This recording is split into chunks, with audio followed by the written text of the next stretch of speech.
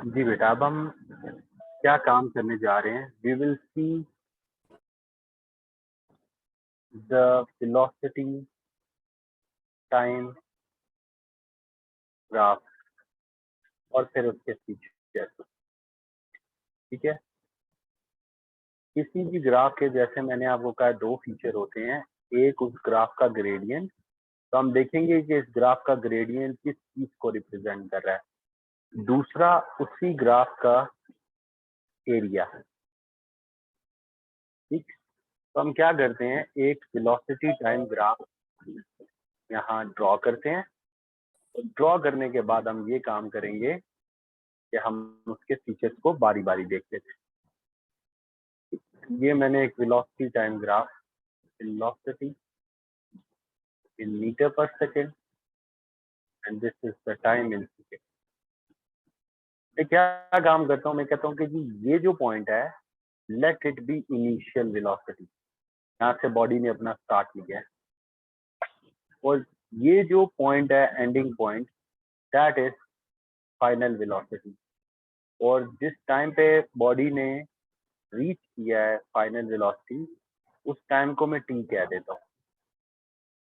अब मैं क्या करूंगा, बारी बारी इसके फीचर को देखूंगा। पहला फीचर इसका ग्रेडियंट है। ग्रेडियंट आपको पता है बेसिक फॉर्मूला क्या है, delta Y over delta x.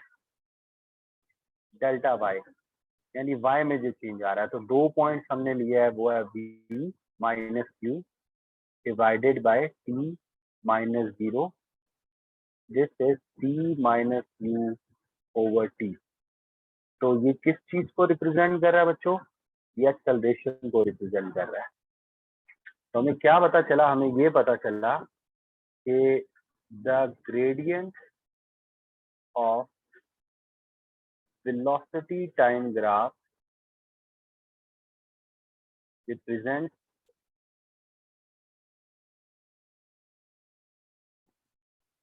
Acceleration. ये एक्सेलरेशन को बेटा रिप्रेजेंट कर। अच्छा, इसी को रीअरेंज करो ना, a is equal to V minus U by T. अभी हमने पहले यही काम किया था, तो ये क्या बनेगा? ये आपके पास न्यूटन की फर्स्ट इक्वेशन जो है वो बन जाएगी, इक्वेशन ऑफ मोशन। तो ग्राफ से आप ग्रेडियंट निकाल के फर्स्ट इक्वेशन को डिराइव कर सकते हो। तो क्या कर सकते हैं आप? To derive Newton first equation from V T graph, हम क्या करेंगे, हम ग्रेडियंट ऑफ ग्राफ से। ठीक है, सिंपल रूल है। अच्छा, अब ग्राफ के दूसरे फीचर को देख लेते हैं बेटा। सेम ग्राफ ड्रॉ करते हैं।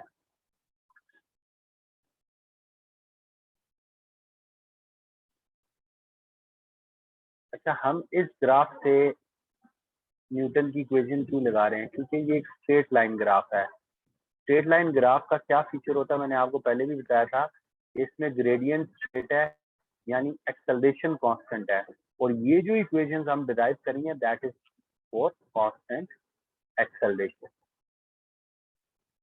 ठीक, तो अब हमारे पास अगर हम गौर से देखें, हमने इस ग्राफ का एरिया निकालना है, area of we T graph. तो यहाँ ग्राफ दो पार्ट में है। एक हम कर देते हैं area of rectangle plus area of triangle. Area of rectangle तो बड़ा सिंपल है, आपके पास क्या होता है, बेस इंटू हाइट। ये बेस इंटू हाइट है, this is the height, this is the base, तो this is u into t. ठीक है, जब हम निकालेंगे ना इसका एरिया, तो ये base half base into height है। इसकी बेस तो टाइम है, और इसकी हाइट क्या है, ये वाली,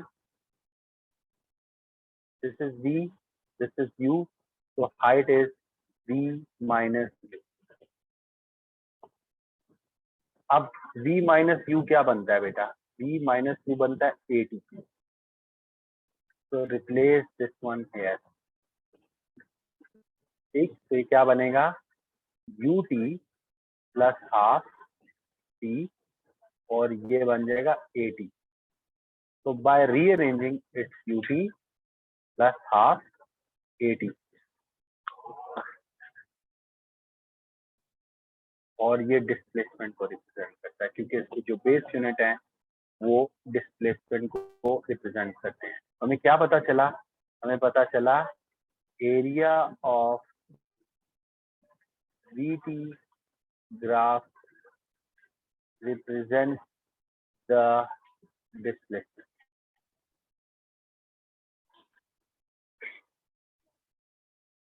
ठीक है,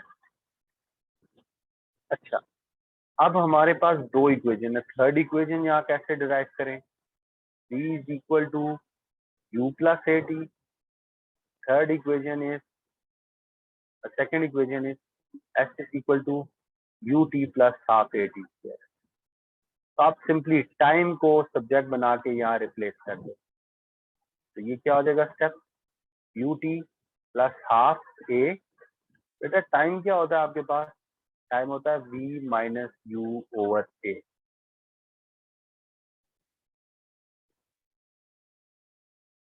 रीअरेंज इट, और यहाँ भी v minus U over a।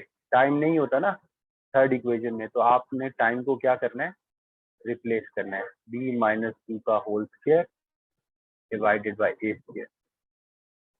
अब आप इसे फर्दर सॉल्व कर लो बेटा, uv minus U square divided by, ये मैं ओपन कर रहा हूँ, a square plus b square minus 2ab वाला फॉर्मूला लगा।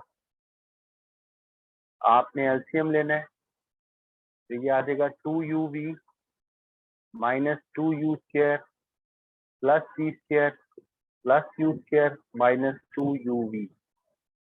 सॉल्व कर लो, ये इससे कैंसिल हो जाएगा, ये 2a उधर मल्टीप्लाई हो जाएगा, आपके पास क्या आ जाएगा, b square minus u square.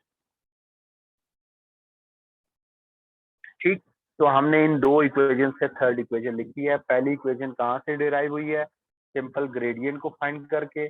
दूसरी इक्वेशन कहाँ से डिराइव हुई है, सिंपली एरिया को फाइंड करके। थर्ड इक्वेशन दोनों का कॉम्बिनेशन है। आगे चलते हैं बेटा, अब हम वेलोसिटी टाइम ग्राफ के डिफरेंट फीचर्स को देखेंगे। ठीक, पोस्ट करो, इस ग्राफ में ये दो लाइनें बनी हुई है, एक पॉजिटिव और दूसरी नेगेटिव, इस तरह से। ये वेलोसिटी टाइम ग्राफ की बात करें, ठीक है, तो ये तो positive value of the velocity है, ये negative value of the velocity है। इस दोनों का जो ग्रेडियंट है वो क्या है, जीरो। अगर ग्रेडियंट जीरो है, इसका ग्रेडियंट क्या होता है, एक्सेलरेशन। इसका मतलब है बॉडी की एक्सेलरेशन जीरो है। एक्सेलरेशन कब जीरो होती है, जब आपके पास body move with a constant velocity. ये नजर भी आ रहा है, कांस्टेंट वेलोसिटी से बॉडी मूव कर रही है। टाइम तो चेंज हो रहा है, वेलोसिटी चेंज नहीं हो रही, body move with a constant velocity.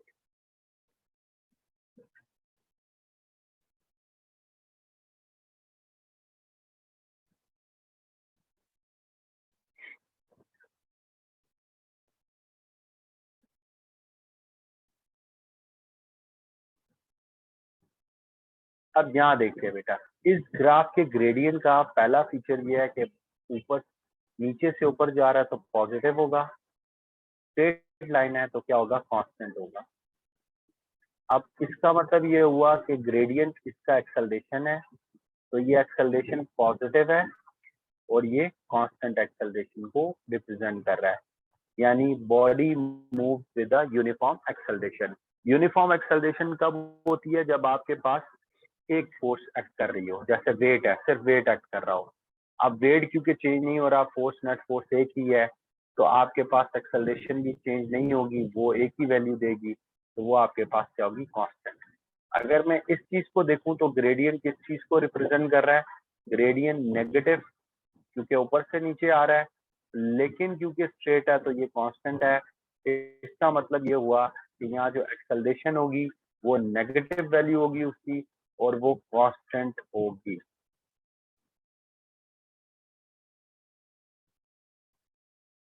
अब हम आते हैं नेक्स्ट ग्राफ की तरफ, फिर हम क्वेश्चंस को इंशाल्लाह डील करते हैं।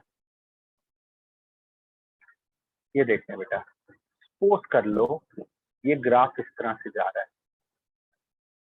अब यहाँ ग्राफ का एक फीचर नीचे से ऊपर जा रहा है तो पॉजिटिव, दूसरा फीचर ग्राफ क्या कर रहा है, इंक्रीजिंग, क्योंकि वाई एक्सिस की तरफ जा रहा है। इस ग्राफ का ग्रेडियंट क्या होता है, एक्सेलरेशन होता है। एक्सेलरेशन पॉजिटिव है और इंक्रीजिंग है, विच मीन्स ये नॉन यूनिफॉर्म एक्सेलरेशन के लिए ग्राफ है, क्योंकि वो कांस्टेंट वैल्यू नहीं है, यूनिफॉर्म नहीं है, तो ये नॉन यूनिफॉर्म एक्सेलरेशन है। अगर ग्राफ इस तरह से बना हुआ होता तो इसके फीचर क्या थे, ऊपर से नीचे आ रहा है तो नेगेटिव है, और उसकी वैल्यू क्योंकि वाई एक्सिस की तरफ है तो इंक्रीजिंग है। इसका मतलब एक्सेलरेशन आपकी नेगेटिव वैल्यूज के साथ इंक्रीज हो रही है, और ये भी क्योंकि इंक्रीज हो रही है तो ये नॉन यूनिफॉर्म को रिप्रेजेंट कर रहा होगा।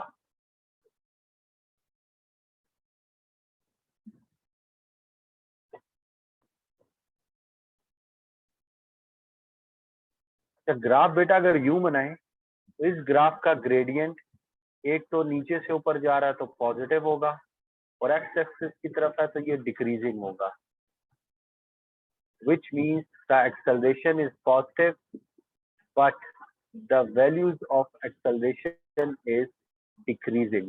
डिक्रीजिंग है, कांस्टेंट नहीं है, तो ये भी नॉन यूनिफॉर्म को रिप्रेजेंट कर रही होती है। और अगर ग्राफ क्यों आ रहा होता,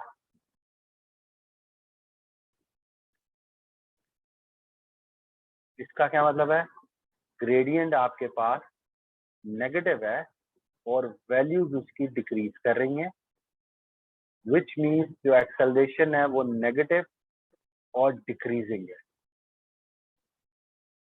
और ये नॉन यूनिफॉर्म एक्सेलरेशन।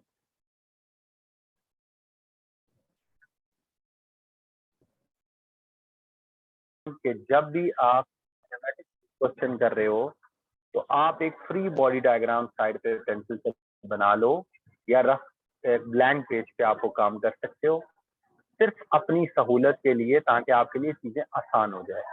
तो ये नीचे की तरफ जा रही है, इसकी इनिशियल वेलोसिटी है 4.23। अब क्वेश्चन ये कर रहा है कि the ball falls for time this before hitting. ये ग्राउंड है, इसको यहाँ तक जो टाइम लगा है, अगर यहाँ पे टाइम 0 है तो यहाँ तक जो इसको टाइम लग रहा है दैट इज 1.51। अब वो कह रहा है कि एयर रेजिस्टेंस नहीं है, इसका मतलब है एक्सेलरेशन किसके इक्वल होगा, 9.81। फौरन आपको ये बात इससे पता चल जानी चाहिए। क्या लिखा है, show that the downward velocity of the ball when it hits the ground is this one. अब यहाँ आपने क्या करना है, इक्वेशन लगानी है, टाइम गिवन है, एक्सेलरेशन गिवन है, इनिशियल वेलोसिटी गिवन है। आप ये भी यूज कर सकते हो, आप ये डायरेक्ट फॉर्मूला भी यूज कर सकते हो। ठीक, अब यहाँ इनिशियल वेलोसिटी कितनी है आपके पास, इनिशियल वेलोसिटी आपके पास 4.23 है, बॉल नीचे जा रही है, इसकी एक्सेलरेशन की वैल्यू 9.81 होगी, टाइम कितना लगा 1.51। आप इसे सॉल्व करोगे तो 19.04 समथिंग आ जाएगी, लेकिन क्योंकि क्वेश्चन में उसने जो आपको शो करने के लिए कहा है वो 19.0 है। अब यहाँ आप खुद देख लो बेटा, सिग्निफिकेंट फिगर 19.03 सिग्निफिकेंट फिगर क्यों लिखा, क्योंकि डाटा में ये 3 सिग्निफिकेंट फिगर है, डाटा में ये 3 सिग्निफिकेंट फिगर है, ऑब्वियस है आपका जो डाटा है वो 3 सिग्निफिकेंट फिगर तक ही प्रीफरेबल है। अगर कोई बच्चा 4 लिखता है तो देखो कॉमन सेंस है, यहाँ उसने ये शो करने के लिए कहा है तो वही लिखो जो उसने आपको शो करने के लिए कहा है। आगे चलते हैं बेटा, लिखा हुआ कल। जी बेटा, सर यहाँ पे हमने डायरेक्शंस को कंसिडर क्यों नहीं किया, जैसे हम -9.81 क्यों लिखा। बेटा नेगेटिव क्यों लिखें? मुझे आप एक बात बताएं, वो ग्रेविटी को सपोर्ट कर रहा है, यानी एक्सेलरेशन ग्रेविटी ही की डायरेक्शन में है। ठीक है, अगर बॉल ग्रेविटी से ऑपोजिट डायरेक्शन में जा रहा होता तो हम माइनस, यानी अगेंस्ट द ग्रेविटी जा रहा होता तो -9.8 मान सकते। ठीक है शरीन बेटा? सर एक सेकंड, अगर हमने सपोज किया कि डाउनवर्ड कन्वेंशन, हमने साइन कन्वेंशन में रखे कि डाउनवर्ड्स इज नेगेटिव, तो अभी भी हमने बॉल क्यों रखनी नेगेटिव है? में जा रही है। हमने क्यों रखनी है? हम ऐसी कन्वेंशन क्यों लेंगे? राइट, ठीक है सर। अच्छा, आपकी बात मैं मान लेता हूँ, आप कहते हो कि जी डाउनवर्ड को आप नेगेटिव प्लेस करें, ठीक है। अब डाउनवर्ड नेगेटिव का मतलब क्या है कि वेलोसिटी की डायरेक्शन नीचे नेगेटिव है, तो फिर आपको इसके साथ नेगेटिव पुट करना पड़ेगा, फिर एक्सेलरेशन नेगेटिव 9.8 लो, तो आंसर तो वही आएगा आपके पास। आपने जी सर, बेटा गॉट इट। जहां कहा जाए ना, जहां कहा जाए वहां डायरेक्शन लेनी है। अभी सिंपल आपने ये चीज ध्यान में रखनी है कि जिस डायरेक्शन में ग्रेविटी है, बॉडी उसी डायरेक्शन में एक्सेलरेट कर रही है, तो वैल्यू इसकी पॉजिटिव होगी। अगर ये ऑपोजिट डायरेक्शन में जा रही होगी, फिर ये नेगेटिव होगी। और डाउनवर्ड कन्वेंशन आप लेते हो जब आपको गिवन हो कि g take downward as negative, take upward as positive. इधर इस तरह का कुछ भी नहीं लिखा हुआ। सही है सर, थैंक यू। आगे चलते हैं। अब बेटा आपसे कह रहा है, खुद कह रहा है कि 3 सिग्निफिकेंट फिगर तक आपने डिस्टेंस बॉल का फाइंड करना है। अच्छा बेटा, डिस्टेंस फाइंड करने के लिए you have the formula s is equal to ut plus half at square. अगर कोई बच्चा दूसरा फॉर्मूला यूज करना चाहता है तो वो भी कर सकता है, इसमें कोई हार्ड एंड फास्ट रूल नहीं है। ठीक, अब इनिशियल वेलोसिटी, जिस वेलोसिटी से बॉडी मूव कर रही थी, वो 4.23 है, टाइम आपके पास 1.51 है, और एक्सेलरेशन आपके पास 9.81 है, और ये वाली value 1.51 square. You solve it, by solving you will get 17.6। ठीक है, और शरीन अगर आप इसकी मार्किंग स्कीम या इसका वो एग्जामिनर रिपोर्ट देखो ना, तो उसमें लिखा हुआ होगा कि अगर कोई बच्चा नेगेटिव जी की वैल्यू यूज करता है तो उसने रॉन्ग फिजिक्स अप्लाई की है, उसको 0 मार्क मिलने चाहिए। ठीक है, ये चीज ध्यान में रखना बेटा, काइनेमेटिक्स में यही थोड़ी सी प्रॉब्लम है। बस इसको स्ट्रेट सिंपल बनाओ, आप लोग कॉम्प्लेक्स बना देते हो, पता नहीं क्या होगा, किस तरह से होगा, कैसे करना। नहीं, बिल्कुल सोचने की जरूरत नहीं है। फोर्सेस का कॉन्सेप्ट है, आई एम इग्नोरिंग इट, क्योंकि फोर्स के चैप्टर में फोर्स करेंगे। ठीक, आगे चलते हैं, जहाँ काइनेमेटिक्स आता है मैं उसको जरा देख लेता हूँ। डिफाइन करने को कहा हुआ है, हाँ ये ग्राफ आया हुआ, इस ग्राफ को जरा देख लेते हैं।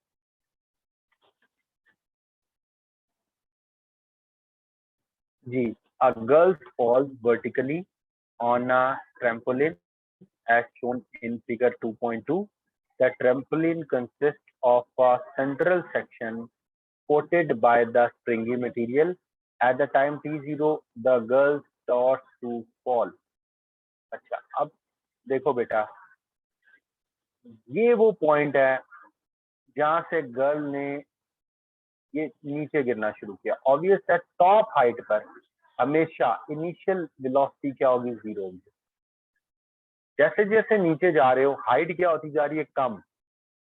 हाइट कम होती जा रही है तो ऑब्वियस है काइनेटिक एनर्जी अब बढ़ेगी। लॉस हो रहा है एक एनर्जी का, पोटेंशियल का, दूसरी एनर्जी बढ़ गया है। अब वो कह रहा है दोबारा वो रीबाउंड कर रही है वर्टिकली, और ये रीबाउंडिंग का ग्राफ बना हुआ है। ठीक है, अब रीबाउंडिंग का कॉन्सेप्ट बेटा क्या है?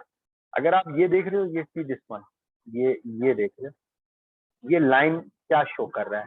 एक तो ये लाइन स्ट्रेट लाइन नहीं है। अगर लाइन स्ट्रेट लाइन नहीं है, इसका मतलब है यहाँ एक्सेलरेशन यूनिफॉर्म नहीं है। ठीक हो गया? अच्छा, अब ये ग्राफ भी अगर आप देखो तो ये ग्राफ का जो ट्रेंड है वो एक्स एक्सिस की तरफ जा रहा है, ये वाई एक्सिस की तरफ इस तरह से आता है, ये इंक्रीजिंग है। अगर ग्राफ इस तरह से आए तो ये डिक्रीजिंग है, इसका मतलब एक्सेलरेशन ने डिक्रीज कर ली है वैल्यू। वैसे भी फाइनल वेलोसिटी की वैल्यू यहाँ कुछ हो रहा है और यहाँ वेलोसिटी की वैल्यू रीबाउंडिंग के बाद कुछ हो रहा है, इसका मतलब है बॉडी ने यहाँ डी एक्सेलरेट किया है। ठीक है, आगे चलते हैं, देखते हैं क्वेश्चन की डिमांड क्या, उसके मुताबिक फिर डिसाइड करेंगे हमने करना क्या। वो कह रहा है for the motion of the girl the distance fallen between the time t and when she hits the trampoline। अच्छा, जहां जहां वेलोसिटी मैक्सिमम हो गई है इस टाइम पर उसने जाके ट्रैम्पोलिन को हिट किया है। तो ये लाइन, ये कर्व किस चीज को रिप्रेजेंट कर रहा है बेटा? ये रीबाउंडिंग कॉन्टैक्ट टाइम को रिप्रेजेंट कर रहा है कि इस टाइम तक वो कांटेक्ट में रही है किसके? ट्रैम्पोलिन के। तो ये रीबाउंड टाइम है, वो खुद भी ये कह रहा है। तो मतलब है यहाँ हिट किया, इसका मतलब you have to find this area. तो आप यहाँ एक चीज मेंशन करो। देखो जो चीजें मैंने आपको बताई है ना, अब इस ग्राफ में आपसे डिस्टेंस पूछ रहा है। ग्राफ का जो डिस्टेंस है वो क्या फीचर रिप्रेजेंट करता है, उसका बेसिक फीचर क्या है ग्राफ का? ठीक है, ग्राफ का जो बेसिक फीचर है that is the area of the graph. तो ये आप लिखो, ठीक है, कि distance is equal to the area under the line under the graph, whatever you want to write it. तो ये क्या बनेगा आपके पास? क्योंकि ये ट्राइंगल बन रहा है तो ये हाफ बेस इनटू हाइट बनेगी। अच्छा, अब देखते हैं कि इसकी वैल्यूज क्या आ रही हैं।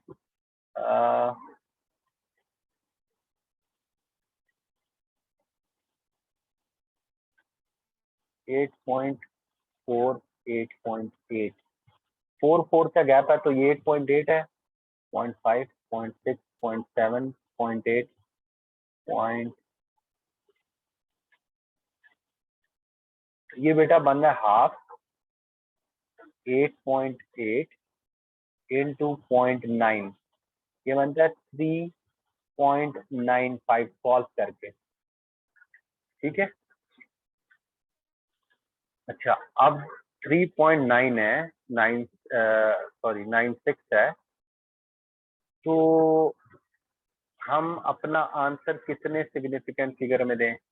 ठीक है, यहाँ 2 सिग्निफिकेंट है फिगर डाटा, यहाँ 2, या ये 2 है, 2 सिग्निफिकेंट फिगर है, तो बेटर राइट 4.0। लेकिन अगर कोई ये भी लिखता है तो बेटा मार्क्स मिल जाएगा। ठीक है, ज्यादा जो आपके पास होता है ना वो आपको जज करते हैं वो अनसर्टेनिटी की केस। एवरेज एक्सेलरेशन, अब अभी मैंने आपको जो ग्राफ करवाए हैं उसमें मैंने आपको बताया है कि average acceleration during the rebound, rebound में आपको बताना है कि एवरेज एक्सेलरेशन क्या है। तो बेटा एवरेज एक्सेलरेशन, एक्सेलरेशन क्या होती है बेटा? वो ग्रेडियंट होता है ग्राफ का, या v minus you divided by T, ये टाइम आप यूज करोगे। ठीक है,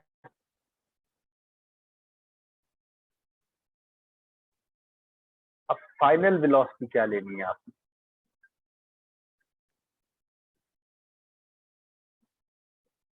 बेटा आप गौर से देख रहे हो, ये फाइनल वेलोसिटी है, तो ये तो माइनस में है, तो -4.4। ठीक है, अब यहाँ पे एक्सेलरेशन में ये वेलोसिटी, ये आपके पास क्या है?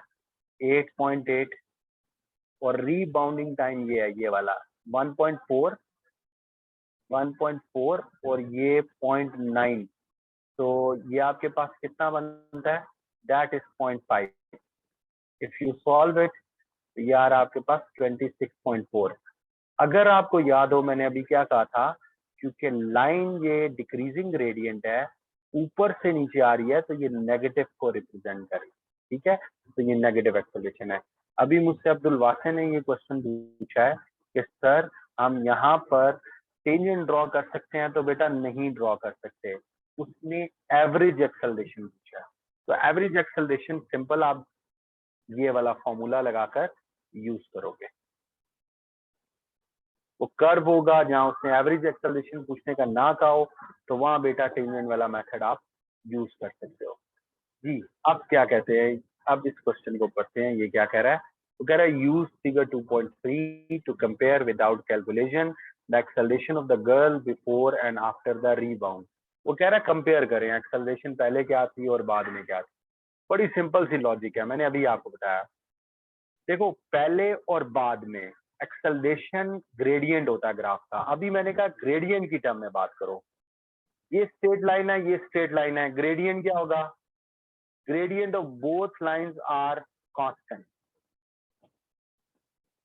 तो इसका मतलब है एक्सेलरेशन दोनों की, पहले भी और बाद में भी, एक्सेलरेशन की वैल्यू क्या रहेगी? कांस्टेंट रहेगी। अब कांस्टेंट रहने का, ये तो होगी ना कांस्टेंट। इसके बाद हमने एक और चीज देखनी है कि वैल्यूज में दोनों के फर्क आ रहा है या नहीं आ रहा। ये तो हो गया ना कि कांस्टेंट है। देखो अगर आप देखो कि ये ग्रेडियंट इस ग्रेडियंट के पैरेलल है, यानी दोनों का ग्रेडियंट सेम है, both have the same gradient. ये कैसे पता लगेगा? पैरेलल है। अगर पैरेलल है तो सेम ग्रेडियंट है। ये देखो this is parallel to this one. इसका मतलब है एक्सेलरेशन की वैल्यूज भी दोनों की क्या होंगी? सेम होंगी। ठीक है, तो आप अपना आंसर ग्रेडियंट की बेस पर दोगे। आप क्या कहोगे? The acceleration are constant as the line are straight, reason के साथ। उसने कहा डिस्क्राइब, तो डिस्क्राइब का मतलब होता है लॉजिकल रीजन के साथ। अब आगे क्या कहोगे?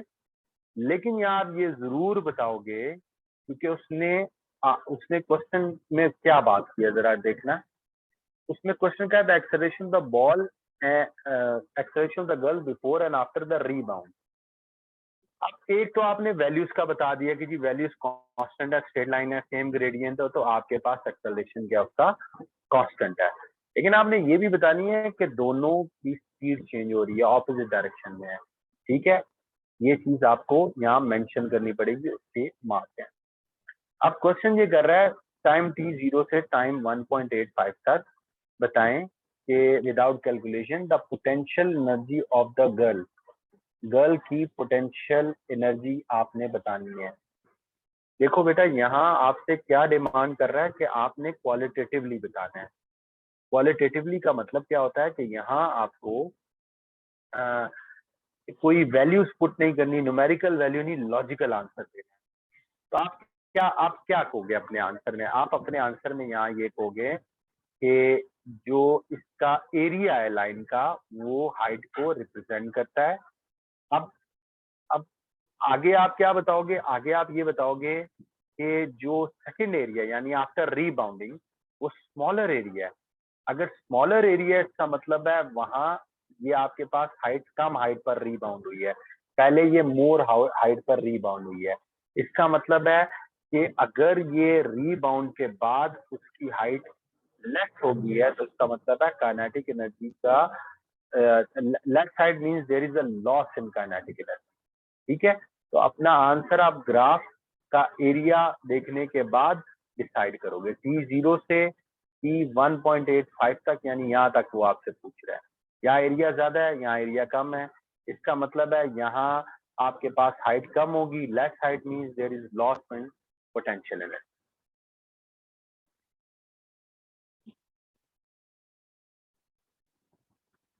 एक और बेटा ग्राफ वाला क्वेश्चन करते हैं, ये वाला, इसको देखते हैं ये क्या है। ये आपके पास डिस्प्लेसमेंट टाइम ग्राफ है कार का, जो ट्रेवल कर रही है स्ट्रेट हॉरिजॉन्टल रोड पे। ठीक है, अब क्वेश्चन क्या कर रहा है? Describe qualitatively the velocity of the car during the first 6 second. पहले 6 सेकंड के लिए आपने वेलोसिटी को डिस्क्राइब करना है। ठीक हो गया। अब बेटा 3 मार्क्स हैं इस क्वेश्चन के, तो इसका मतलब है आपका आंसर में जो पॉइंट्स हैं वो भी 3 मार्क्स के लिए होनी चाहिए। ठीक, अब हम क्या करते हैं, इनिशियली अगर आप देखो वो से, तो ये एक स्ट्रेट लाइन है, और इस ग्राफ डिस्प्लेसमेंट टाइम का जो ग्रेडियंट है वो किसको रिप्रेजेंट करता है? वेलोसिटी को। तो पहले पोर्शन में आपके पास लाइन अगर स्ट्रेट है, लाइन स्ट्रेट का मतलब ये है कि इसका जो ग्रेडियंट है दैट इज कांस्टेंट। कांस्टेंट होने का मतलब है कि फॉर फ्यू सेकंड्स, आप यहाँ मेंशन कर सकते हो कि 2 सेकंड्स के लिए वो कांस्टेंट वेलोसिटी से बॉडी क्या कर रही है? मूव कर रही है। तो ये हो गया जी पहला पार्ट। ठीक है, अब दूसरे पार्ट पे आते हैं। आगे देखो कर्व हो गया है। कर्व का मतलब क्या हुआ है कि यहाँ आपके पास डिक्रीजिंग ग्रेडियंट है। डिक्रीजिंग ग्रेडियंट का मतलब क्या हुआ कि यहाँ जो वेलोसिटी है वो डिक्रीज हो रही है। अगर आप थर्ड पार्ट पे आओ, तो थर्ड पार्ट में अगेन स्ट्रेट लाइन है, लेकिन उसका ग्रेडियंट या स्लोप पहले से लेस स्टीप है, तो आप क्या कहोगे, वेलोसिटी कांस्टेंट है but it is the value of the velocity is less than the initial velocity. तो आपने ग्रेडियंट, अगर आपको ग्रेडियंट जो मैंने आपको टेक्निक बताई है, अगर आपको वो याद है तो बेटा फिर आपके लिए मुश्किल नहीं है ये क्वेश्चन करना। ठीक, आगे क्या कह रहे हैं, calculate the average velocity during the time t0 to 1.5। अच्छा बेटा 1.5 तक स्ट्रेट लाइन है। अब आपने बड़ी सिंपल सी रूल यूज करना है, क्योंकि ग्रेडियंट है इस ग्राफ का, तो आप वेलोसिटी फाइंड करने के लिए क्या कहोगे, that is the gradient of the graph.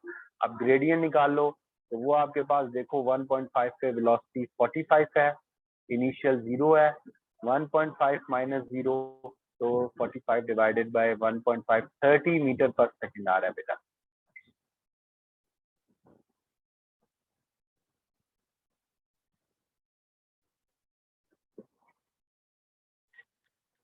Average acceleration between t1.5 and t4। अच्छा अब जरा देखना बेटा, यहाँ बच्चे पता क्या करते हैं, बच्चे कहते हैं जी 1.5 यानी ये है 1.5 और 4 ये है, तो इसके दरमियान जी टेंजेंट ले लेते हैं, और टेंजेंट लेकर आप क्या करते हैं जी, टेंजेंट लेकर एक्सेलरेशन फाइंड करने की कोशिश करते हैं। तो बेटा ये ब्लंडर होगा अगर कोई ये काम करता है। क्यों, this is displacement time graph. Displacement time graph से एक्सेलरेशन का बेसिक फॉर्मूला है v minus U by T. अब v फाइनल वेलोसिटी, यानी मैं इस पॉइंट की वेलोसिटी फाइंड कर लूँ, ये v है, और यहाँ जो होगी वो u होगी, यानी इस लाइन का ग्रेडियंट u है, और इस लाइन का जो ग्रेडियंट होगा दैट विल बी v। अगर मैं ये दो पॉइंट फाइंड कर लूँ और इनके दरमियान का टाइम इंटरवल ले लूँ, तो मेरे पास एक्सेलरेशन आ जाए। आप लोग प्लीज